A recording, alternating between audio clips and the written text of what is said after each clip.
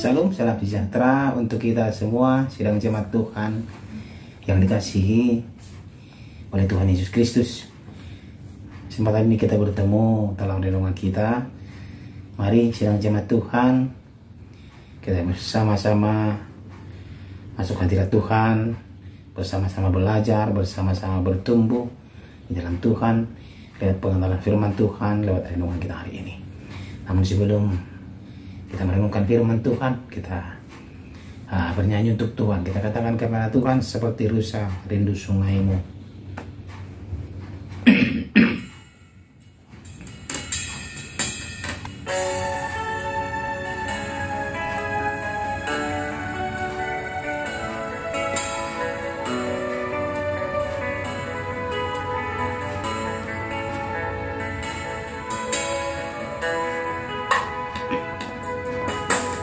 Seperti rusa rindu sungaimu, jiwaku rindu Engkau. Kaulah Tuhan hasrat hatiku, ku rindu menyembahmu. Kaulah kekuatan dan perisaiku, kepadamu rohku berserah. Kaulah Tuhan hasrat hatiku, ku rindu menyembahmu. Yesus, Yesus, Kau berarti bagiku.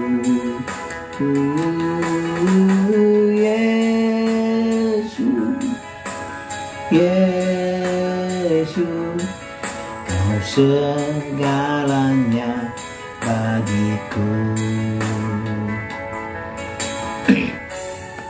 Amin. Firman Tuhan untuk hari ini dari kitab 2 Raja-Raja pasal 17 ayat 24 sampai ayat 41. Demikianlah firman Tuhan. Raja Asyur mengangkut orang dari Babel, dari Kuta, dari Awa, dari Hamat dan Separwaim, lalu menyuruh mereka diam di kota-kota Samaria menggantikan orang Israel. Maka orang-orang itu pun menduduki Samaria dan diam di kota-kotanya. Pada mulanya waktu mereka diam di sana, tidaklah mereka takut kepada Tuhan. Sebab itu Tuhan melepaskan singa-singa ke antara mereka, yang membunuh beberapa orang di antara mereka. Lalu berkata orang kepada Raja Asyur, bangsa-bangsa yang Tuanku angkut tertawan, dan yang Tuanku suruh diam di kota-kota Samaria, tidaklah mengenal hukum beribadah kepada Allah negeri itu. Sebab itu dilepaskannya lah singa-singa ke antara mereka, yang sesungguhnya membunuh mereka. Oleh karena mereka tidak mengenal hukum beribadah kepada Allah negeri itu. Lalu Raja Asyur memberi perintah, suruhlah pergi ke sana salah seorang imam yang telah kamu angkut dari sana ke dalam pembuangan. Biarlah ia pergi dan diam di sana dan mengajarkan kepada mereka hukum beribadah kepada Allah negeri itu. Salah seorang imam yang telah mereka angkut dari Samaria ke dalam pembuangan pergi dan diam di Betel. Ia mengajarkan kepada mereka bagaimana seharusnya berbakti kepada Tuhan. Tetapi setiap bangsa itu telah membuat Allahnya sendiri dan menempatkannya di kuil di atas bukit-bukit pengorbanan yang dibuat oleh orang-orang Samaria. Setiap bangsa bertindak demikian di kota-kota yang mereka diami. Orang-orang Babel membuat patung Sukot Benot, orang-orang Kuta membuat patung Nergal, orang-orang Hamat membuat patung Ashima, dan orang-orang Awa membuat patung Nibas dan Tartak. Orang-orang Separwaim membakar anak-anak mereka sebagai korban bagi Adramelek dan Anamelek, para Allah di Separwaim. Di samping itu mereka berbakti kepada Tuhan dan mengangkat dari kalangan mereka imam untuk bukit-bukit pengorbanan. Maka orang-orang inilah yang melakukan ibadah bagi mereka di kuil di atas bukit-bukit pengorbanan itu.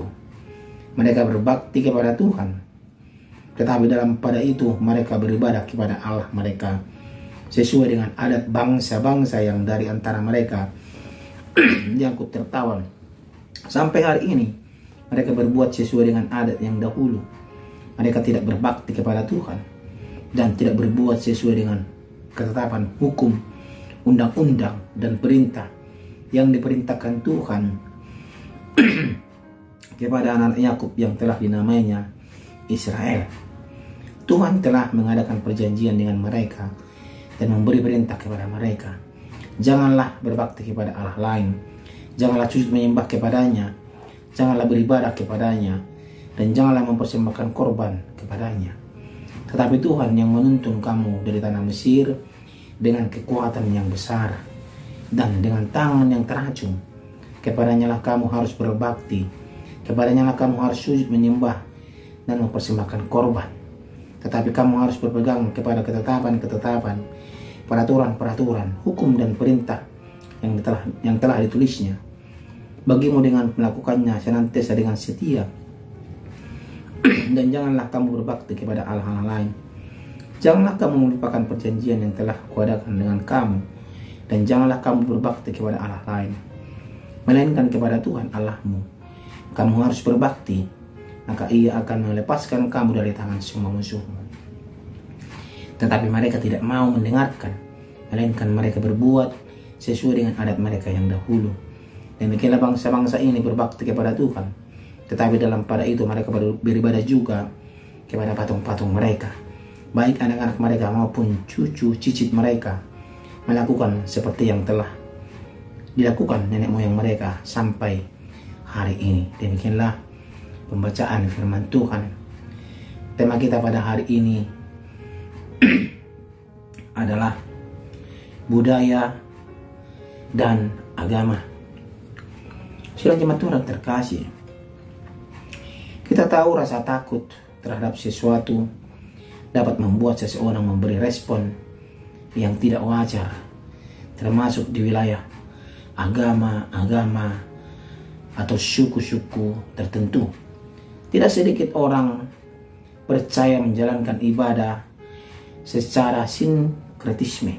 Sinkretisme artinya di sini adalah proses perpaduan yang beragam dari beberapa pemahaman, kepercayaan atau aliran-aliran agama.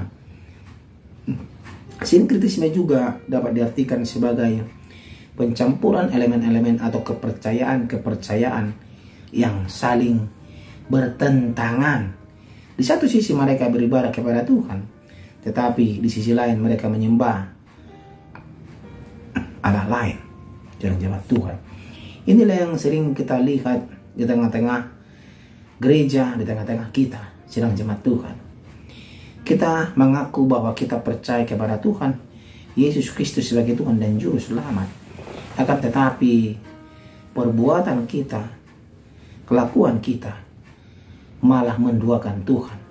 Kita percaya kepada Tuhan Yesus dan juga percaya kepada Allah-Allah yang lain.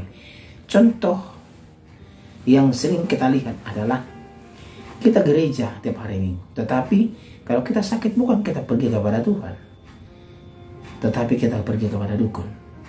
Ya, kita dikatakan Kristen, pengikut Kristus. Akan tetapi penerapan atau yang kita lakukan setiap hari adalah mendukakan hati Tuhan. Inilah yang terjadi waktu di Samaria, waktu Raja Asyur mengangkut para tawanan-tawanan perang pada waktu itu. Kita belajar dalam teks ini ada orang-orang yang disebut sebagai hasil pencampuran dari orang-orang Israel yang tidak ikut dalam pembuangan dengan orang-orang dari berbagai negeri asing yang diangkut oleh Raja Asyur. Masing-masing berbuat sesuai dengan adat leluhurnya yang dalam bahasa Ibrani disebut mispa atau peraturan hukum atau penabisan atau kebiasaan-kebiasaan yang mereka lakukan. Orang-orang dari Babel, orang-orang dari Kuta Hamat Awa Sefaim beribadah kepada Allah mereka masing-masing. Ya, mereka melakukan sesuai dengan adat istiadat mereka, sedang jemaat Tuhan. Ya, mengapa Injil bisa masuk ke suatu suku? Kita mempelajari dulu suku itu. Kita ikut alurnya. Bukan kita katakan suku adalah di atas Injil, enggak. Injil kebenaran tetap kita berikan kepada sesuatu suku. Akan tetapi kita gunakan instrumen-instrumen yang ada dalam suku itu untuk penyebaran Injil itu. Yang firman Tuhan itu. Untuk memenangkan mereka. Itu yang benar. Bukan malah kita percaya kepada Yesus, percaya juga kepada ini. Kita suam-suam kuku.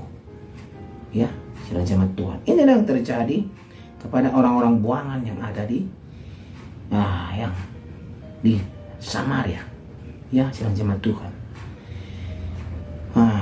Dan Tuhan melihat ini semuanya tidak benar. Ya. Setelah Tuhan melihat ini, Tuhan Allah melihat, Allah mengirimkan singa-singa kepada mereka, ya, untuk mengingatkan bahwa apa yang mereka lakukan itu tidak benar, ya, bahwa apa yang mereka sembah itu tidak benar. Mereka harus menyembah Tuhan Allah Israel. Hal ini mereka terus, bahkan setelah kedatangan imam yang mengajarkan hukum kepada mereka agar mereka berbakti kepada Tuhan, ibadahnya pun tetap. Sudah didatangkan imam mengajari mereka, tetapi hati mereka tetap menjalankan ibadah kepada Tuhan, menjalankan ibadah sesuai dengan kebiasaan mereka. Inilah rutinitas yang mereka lakukan. Ya, budaya kah atau agama kah? Kita tahu agama datang bukan untuk mengacaukan orang, bukan untuk membuat orang tidak benar, tetapi memberikan kedamaian kepada setiap orang, memberikan kasih kepada setiap orang, ya, memberikan anugerah kepada setiap orang, bukan yang lain. Tetapi anugerah itu disalah artikan, ya, demi kepentingan pribadi kita, itu salah. Ya, jelas dikatakan dalam Dasatita, jangan ada Allah lain atau patung yang menggantikan atau menduakan dia. Keluaran 23-5. Manusia sebagai makhluk ciptaan Allah tidak selayaknya beribadah atau berbakti kepada Allah, tetapi juga kepada yang lainnya juga. Ibadah kepada Tuhan Allah pun harus didasari dengan pengenalan yang benar akan Tuhan dan perjanjiannya. Kita bukan asal ibadah saja sedang jemaat Tuhan, tetapi kita harus mengenal siapa Tuhan yang kita sembah itu, ya, harus kita kenal. Agama dan adat boleh kita padukan. Kita pergunakan adat itu untuk memuliakan Tuhan. Contohnya alat musik. Kita menggunakan alat musik untuk memuliakan nama Tuhan. Ya, kita gunakan upasa boleh dalam memuliakan nama Tuhan. Jemaat Tuhan, jangan menduakan Tuhan karena agama. Jangan karena agama kita singkirkan Tuhan, tidak. Tapi kita padukan untuk kemuliaan nama Tuhan. Mari kita berdoa. Terima kasih ya Tuhan.